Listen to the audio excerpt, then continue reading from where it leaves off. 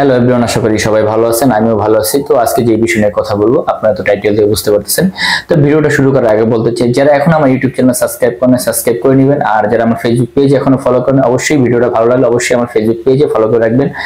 আর আজকে যেহেতু ফিজি নিয়ে কথা বলবো, আসলে কি ফিজি আজকে এটা আমার মানে রিকোয়েস্টের ভিডিও না, আমাকে এক দর্শকে তিনি আমাকে রিকোয়েস্ট করছে যে ভাই এই বিষয় নিয়ে একটা ভিডিও বানান, ভিডিও বানায় আমাদের দর্শকদের মাঝে উপস্থাপনা করে তুলে ধরেন। আসলে কি সেই ভাইয়ের রিকোয়েস্ট অনুযায়ী আজকে এই ভিডিওটা করানো। যাই হোক, ভিডিওটা যদি ভালো লাগে অবশ্যই একটি শেয়ার করবেন, আর ভালো লাগলে আপনারা অবশ্যই একটি লাইক কমেন্ট করতে ভুলবেন না।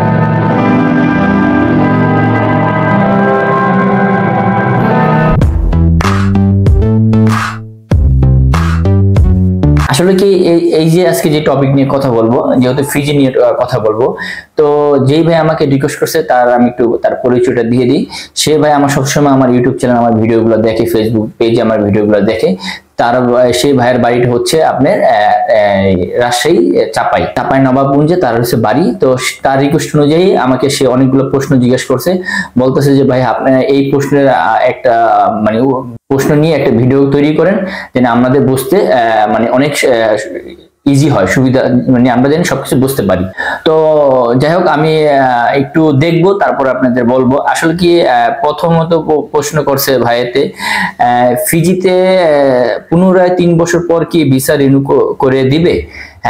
আমাকে যে ভাই রিকোয়েস্ট করছে যে সে ওখানে 3 বছর কন্ট্রাক্টে যাবে, যাওয়ার পরে কি তার ভিসাটা কি পুনরায় কি রিনিউ করে দিবে কি দিবে না, সেটা অনেকেই জানেন না। যেহেতু ওই ভাই জানতে চাচ্ছেন আমি বলে দিই।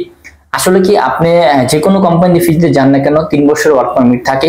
এখন 3 বছর পরে যদি আপনি যদি বলেন যে কোম্পানি আমি থাকবো, তো সেই ক্ষেত্রে দেখা যাচ্ছে কোম্পানি আপনি ভিসাটা রিনিউ করে দিবে।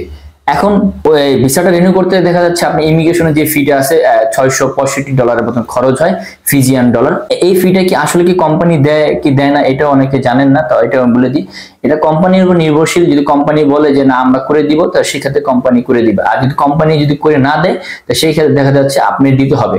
আবার এটার মাঝে কথা আছে, যদি কোম্পানি যদি সে যদি পুরোটাই না দেয়, দেখা যাচ্ছে 50% আপনি দিলেন, 50% কোম্পানি দিল, তারপর দেখা যাচ্ছে আপনি ভিসা পুনরায় রিনিউ করে দিল। এই হলো তার প্রথম প্রশ্ন।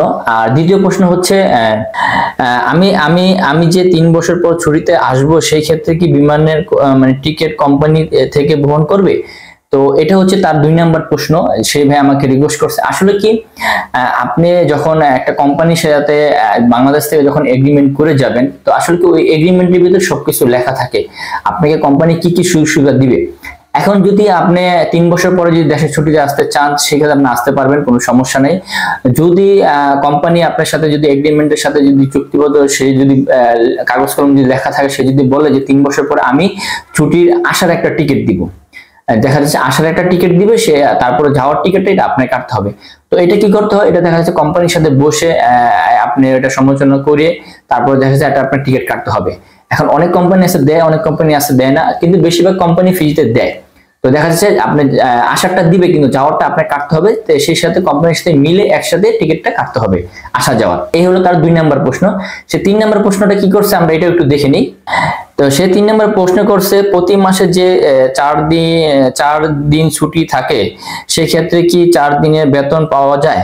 এখন আপনি যদি ওখানে 1 মাস কাজ করেন, সে 1 মাসের সাপ্তাহিক হিসাব করতে গেলে 4 দিন পরে। এবং সে বলছে যে এই 4 দিন যদি আমি কাজ করি না করি, তো সেই ক্ষেত্রে কি আমি কি স্যালারিটা পাবো? আসলে কি ফিজিতে যখন আপনি সরকারি যেগুলো ছুটি থাকে, ধরেন সরকারি ছুটি তো আপনার রবিবার দিন, সরকারি ছুটি রবিবার দিন, তো সেই ক্ষেত্রে দেখা যাচ্ছে আপনি সেই টাকাটা পাবেন না, কেননা ওটা তো সরকারি ছুটি, ওই দিনটা আপনি কোনো কাজ করেন নাই। যদি ব্যক্তিগত কোম্পানি থেকে যদি কোনো সমস্যার কারণে বন্ধ থাকে, আপনাকে কাজ করতে পারে নাই, তো সেই ক্ষেত্রেও আপনাকে কোম্পানি কোনো স্যালারি দিবে না। যদি গভর্নমেন্ট অনুযায়ী দেখা যাচ্ছে কোনো দিবস থাকে, দেখা যাচ্ছে আমাদের দেশে তো যেমন দুটা ঈদের জন্য আমরা বন্ধ পাই, নানান এই সরকারি ছুটি আছে, সেই ছুটির ক্ষেত্রে আমরা বন্ধ পাই, সেই স্যালারিটা আমরা পাই। ওই দেশে একই সিস্টেম, আপনি শুধু রবিবারে যে মাসে যে 4 দিন ছুটির দিন থাকে, এইগুলো টাকা আপনি পাবেন না, কারণ এটা ওই দেশের সরকারি ছুটি। এটার ক্ষেত্রে যদি কোনো মানে দেশের যদি কোনো দিবস অনুযায়ী যদি সরকারি ছুটি থাকে, তো সেই ক্ষেত্রে আপনি ওই দিনের টাকাটা পাবেন। এটা আপনি বেসিক 8 ঘন্টার টাকাটা আপনাকে দিয়ে দিবে। এই হচ্ছে তার 3 নাম্বার প্রশ্ন। এখন 4 নাম্বার প্রশ্ন হচ্ছে স্যালারি কি প্রতি সপ্তাহে আমার অ্যাকাউন্টে ঢুকে পড়বে? সে বলছে যে তার প্রতি সপ্তাহে কি তার স্যালারি কি তার অ্যাকাউন্টে দিবে। আসলে কি আপনি ফ্রিতে যে কোনো কোম্পানিতে যান না কেন, যাওয়ার পরে আপনার নামে টিন সার্টিফিকেট তারা করে দেয়। টিন সার্টিফিকেট করার পরে তারপর হচ্ছে আপনার নামে একটা ব্যাংক অ্যাকাউন্ট করে দেবে, সেটা হচ্ছে স্যালারি অ্যাকাউন্ট। প্রতি সপ্তাহে আপনার অ্যাকাউন্টে তারা আপনি যে কয় ঘন্টা কাজ করবেন সেই কয় ঘন্টা কাজ অনুযায়ী আপনার যে অ্যামাউন্ট আসে ওই অ্যামাউন্ট আপনার প্রতি সপ্তাহে আপনার অ্যাকাউন্টে স্যালারি অ্যাকাউন্টে তারা ট্রান্সফার করে দিবে। এখন ওখানে স্যালারিটা কি বার দিন দেয় এটা অনেকেই জানেন না। ওখানে সাপ্তাহিক ক্লোজ হয় শুক্রবার দিন। প্রতি শুক্রবার দিন আপনার 2টার পরে কেউ 2টা দেয়, কেউ 11টা দেয়, ওটা এক এক কোম্পানি এক যখন তাদের সুবিধা অনুযায়ী তারা প্রতি সপ্তাহে শুক্রবার দিন আপনাকে স্যালারিটা দিয়ে দিবে। সপ্তাহে আপনি যে কয় ঘন্টা কাজ করবেন ওই কয় ঘন্টা হিসাব করে প্রতি সপ্তাহে আপনাকে শুক্রবার দিন স্যালারিটা দিয়ে দিবে। তো এটা হচ্ছে তার 4 নাম্বার প্রশ্ন।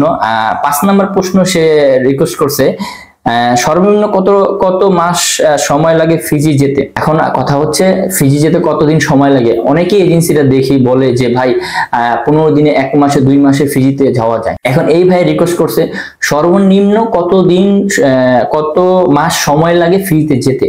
তো আসলে কি ফিজিতে যেতে হলে দেখা যাচ্ছে আসলে কি আমাদের মিডল ইস্টে যেভাবে যে ফিজির প্রসেসিং এইভাবে হয় না। ফিজির প্রসেসিং ক্ষেত্রে একটা লং প্রসেসিং, দেখা যাচ্ছে মিডল ইস্টে একটা ভিসা রেডি করা থাকে, কিন্তু ফিজির ক্ষেত্রে কোনো একটা ভিসা রেডি করা থাকে না। একটা কোম্পানি যখন বলে যে আমার এই ক্যাটাগরিতে 5 জন লোক লাগবে, সেই ক্ষেত্রে দেখা যাচ্ছে একটা এজেন্সিকে বলে যে আমার এই ক্যাটাগরির লোক লাগবে, তুমি যদি দিতে পারো তাহলে তাদের কাগজপত্র আমাদের কাছে পাঠাও। তখন দেখা যাচ্ছে সেই কোম্পানির কাছে কাগজপত্র পাঠানোর পরে দেখা যাচ্ছে এটা একটা লং প্রসেসিং। তো আপনার ডকুমেন্ট যদি সবকিছু রেডি থাকে, কোম্পানির ডকুমেন্ট যদি সবকিছু রেডি থাকে, সেই ক্ষেত্রে দেখা যাচ্ছে 4 থেকে 5 মাস সর্বোচ্চ সময় লাগে।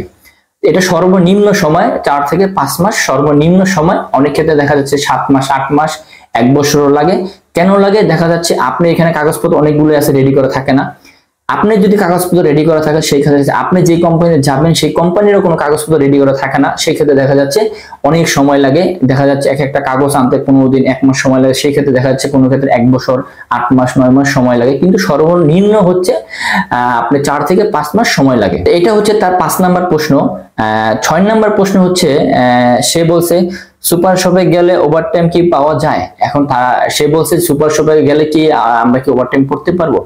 আসলে কি ফিজিতে আপনার ওখানে বেশিরভাগই হচ্ছে কি আপনি যে কোনো সেক্টরে কাজ করেন না, সুপার শপে করেন, কনস্ট্রাকশন সেক্টর করেন, আপনার গাড়ির লাইনে যেমন বাস ড্রাইভার, যেমন অনেক নানান ধরনের আছে। ওখানে বেশিরভাগ হচ্ছে কনস্ট্রাকশন সেক্টরে ওখানে ফিজিতে ভিসাগুলো বেশি হয়, আর সুপার শপে ভিসা হয় খুবই কম, এগুলো হাতে গোনা 1টা 2টা 3টা। সেক্ষেত্রে দেখা যাচ্ছে এই ভাই রিকোয়েস্ট করছে সুপার শপে কি আমি কি এক্সট্রা ওভারটাইম করতে পারবো। আসলে কি ফিজিতে আপনি বেসিকটাই কাজ হয়, ওভারটাইমে দেখা যাচ্ছে সব কাজের ক্ষেত্রে ওভারটাইম হয় না। যেহেতু ভাই সুপার শপের কথা বলছে তা আমি বলে দিই। আসলে কি সুপার শপে আপনার 8 ঘন্টায় কাজ হয়, বেসিক 8 ঘন্টা কাজ হয়। দেখা যাচ্ছে 8 ঘন্টা পরে সেফটি চেঞ্জ হয়, আপনার বলতে আরেকজন কাজ করবে, এরকম করে 8 ঘন্টা পর আপনার সেফটি চেঞ্জ হয়। তো সেই ক্ষেত্রে সুপার শপে গেলে আপনি কোনো ওভারটাইম করতে পারবেন না। যদি আপনি বেসিকটা হিসেব করে যান সেই ক্ষেত্রে আপনি যেতে পারেন, কিন্তু বেসিকে আপনি যেটা আসবে সেটাই, কিন্তু আপনি এক্সট্রা যে ইনকাম করবেন সেই অপশন এখানে নাই। তো এটা হচ্ছে তার 6 নাম্বার প্রশ্ন। এখন 7 নাম্বার প্রশ্ন হচ্ছে সে বলছে যে 2025 সাল অনুযায়ী সর্বনিম্ন প্রতি ঘন্টা কত ডলার বেতন প্রদান করে থাকে ফিজিয়ান। আসলে কি ফিজিয়ানে আপনার যেহেতু আমাদের বাংলাদেশে এখন তো অনেক সংখ্যা ফিজিয়ান ওখানে কাজ করতেছে, এখন এইভাবে বলছে যে সর্বনিম্ন কত পার ঘন্টা হিসেবে তারা স্যালারিটা দেয়। এখন দেখা যাচ্ছে আপনি যদি এই যে একজন লেবার হিসেবে যান, সেই লেবার হিসেবে গেলেও আপনি দেখা যাচ্ছে তাদের একটা ওই কাজের একটা স্কেল থাকতে হয়। এখন দেখা যাচ্ছে আপনি লেবার হিসেবে যদি ওখানে যান সেই ক্ষেত্রে দেখা যাচ্ছে বর্তমানে আপনি পার ঘন্টা হিসেবে দিবে ফিজিয়ান $5.5। এখন আগে ছিল দেখা যায় $5, 10 সেন্ট, 20 সেন্ট, 30 সেন্ট এরকম ছিল এক এক কোম্পানি, কিন্তু এখন বর্তমানে ফিজিয়ান সরকারে একটু আপনার পার ঘন্টার একটু বাড়াই দিছে। সেই ক্ষেত্রে দেখা যায় সর্বনিম্ন আপনি $5.5 পার ঘন্টা হিসেবে দিবে।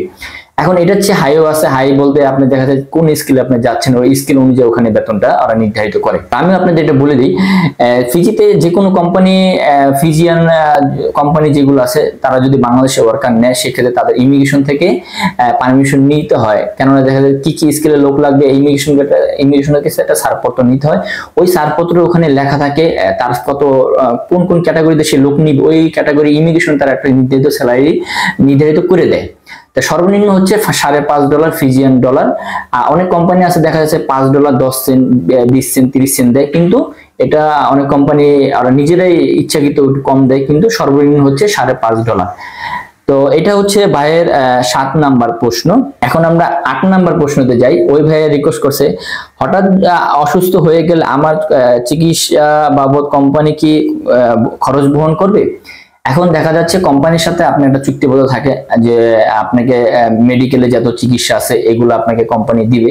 আসলে কি কোম্পানির সাথে আপনার চুক্তি হবে কিভাবে, আমি একটা বলে দিই, কাগজ কলমে লেখা থাকে যে কোম্পানি কাজের ক্ষেত্রে যদি আপনি কোনো ধরনের একটা মানে দুর্ঘটনা ঘটে, সেই ক্ষেত্রে দেখা যাচ্ছে কোম্পানি আপনাকে চিকিৎসা বাবদ আপনাকে খরচ দিবে। এখন আপনি যদি ব্যক্তিগত সমস্যা থাকে, যদি আপনি নিজে অসুস্থ হয়ে যান ব্যক্তিগতভাবে, তাহলে সেই ক্ষেত্রে দেখা যাচ্ছে কোনো কোম্পানি আপনাকে ওটা বহন দিবে না। এখন দেখা যাচ্ছে এখানে একটা সুবিধা কি, দেখা যাচ্ছে আপনি যদি নিজে অসুস্থ হন, তাহলে সেক্ষেত্রে আপনি ওই দিনকে কাজে যেতে পারলেন না, কাজে যেতে না পারলে দেখা যাচ্ছে আপনি যে হসপিটাল ডাক্তার দেখেন, সেখান থেকে যদি একটা আপনার হসপিটালে যে আপনার যে ডাক্তার দেখাইছেন সেই রিসিপ্টটা যদি এনে কোম্পানি দেন, তো সেই ক্ষেত্রে দেখা যাচ্ছে আপনাকে ওই দিনকার যে আপনি বেসিক যে 8 ঘন্টা ডিউটির টাকাটা তারা দিয়ে দিবে। এখন দেখা যাচ্ছে আপনি কতদিন অসুস্থ, সেই অসুস্থ আপনার অর্ডার ডেটটা লিখে দিবে যে আপনি এতদিন বিশ্রাম করতে হবে। সেই ক্ষেত্রে দেখা যাচ্ছে একদিন যদি হয়, 2 দিন যদি হয়, সেই টাকাটা আপনার ওই ঘন্টা হিসেবে বেসিক যে স্যালারিটা আছে ওটা আপনার অ্যাকাউন্টে দিয়ে দিবে প্রতি সপ্তাহে। তো আসলে কি কোম্পানির ক্ষেত্রে যদি আপনার যদি কোনো সমস্যা হয়, কাজের ক্ষেত্রে যদি সমস্যা হয়, সেই ক্ষেত্রে তারা ওটা কোম্পানি চিকিৎসা বহন করবে, কিন্তু আপনার ব্যক্তিগত যদি কোনো সমস্যা থাকে সেই ক্ষেত্রে কোম্পানি বহন করবে না। এইগুলো তার আপনার 8 নাম্বার প্রশ্ন। সে রিকোয়েস্ট করছে, তার ভাষা হচ্ছে চাঁপাইনবাবগঞ্জ। সে আমাকে বলছে যে ভাই এই কথাগুলো নিয়ে একটা আপনার ভিডিও তৈরি করেন, জানি মানুষ বুঝতে সহজ হয়। তো ওই ভাই রিকোয়েস্ট অনুযায়ী এই ভিডিওটা করানো। এখন আমরা দেখি 9 নাম্বার প্রশ্নতে সেই ভাই কি জিজ্ঞেস করছে। আসলে কি 9 নাম্বার প্রশ্ন যে ভাই জিজ্ঞেস করছে যে ফিজিতে কি আসলে কি ঘোরাফেরা করলে কোনো সমস্যা হয় কি হয় না। আসলে কি ফিজিতে এরকম দেখা যাচ্ছে ওরা সবাই ছেলে মেয়ে সবাই সমান অধিকার, সবাই কাজ করে, যেহেতু দেখা যাচ্ছে কাজের 5টার পরে তারা বাসায় চলে যায়, কিন্তু বাইরে খুব কম আসে। তো সেই জন্য কি হচ্ছে, দেখা যায় রাস্তাঘাট অনেকটাই ফাঁকা থাকে। সেই ক্ষেত্রে দেখা যাচ্ছে আপনার চলাফেরা করতে দেখা যায় আপনি একা, আপনার কাছে মনে হবে যে আমি একা যাবো, একা ক্ষেত্রে দেখা যাচ্ছে কোনো সমস্যা নেই রাস্তাঘাট। আসলে কি ফিজির ক্ষেত্রে এরকম না, ফিজির ক্ষেত্রে কোনো সমস্যা হয় না রাস্তাঘাট চলাফেরা, যেহেতু ওই দেশের সবকিছুই চলাফেরা ফ্রি মতন। কেননা দেখা যাচ্ছে যে ওখানে যদি আপনার পুলিশে যদি আপনাকে ধরে জিজ্ঞেস করে যে আপনার পাসপোর্ট দেন, ওই দেশে কিছুই জিজ্ঞেস করে না, সেম আমাদের বাংলাদেশের মতন, কিন্তু চলাফেরা অনেকটাই ওখানে সেফটি। কেননা দেখা যাচ্ছে যে ওই দেশে আইন কানুন সবাই মানে, আইনের সবাই আইন মেনে চলে ওখানে। তো সেই ক্ষেত্রে দেখা যাচ্ছে কোনো সমস্যা হয় না। আর দ্বিতীয় কথা হচ্ছে যাই হোক, আমার এই চাঁপাইনবাবগঞ্জ ভাইয়ের রিকোয়েস্ট অনুযায়ী এই ভিডিওটা করা, যেহেতু ভিডিওটা অনেক বড় হয়ে গেছে যাই হোক ভাইয়া অনেকগুলো আমাকে প্রশ্ন জিজ্ঞেস করছে, সেই কারণে ভিডিওটা অনেক বড় হয়ে গেছে। তো যদি ভিডিওটা ভালো লাগে অবশ্যই আমার ইউটিউব চ্যানেল সাবস্ক্রাইব করুন, আমার ফেসবুক পেজে আমাকে ফলো করুন। আর আপনি কোন ধরনের ভিডিও চাচ্ছেন আমাকে বলবেন, আমি চেষ্টা করবো ওইসব ধরনের ভিডিও আপনার মাঝে তুলে ধরার জন্য। আর সবাই ভালো থাকবেন, আজকে এই পর্যন্ত, আবার দেখা হবে।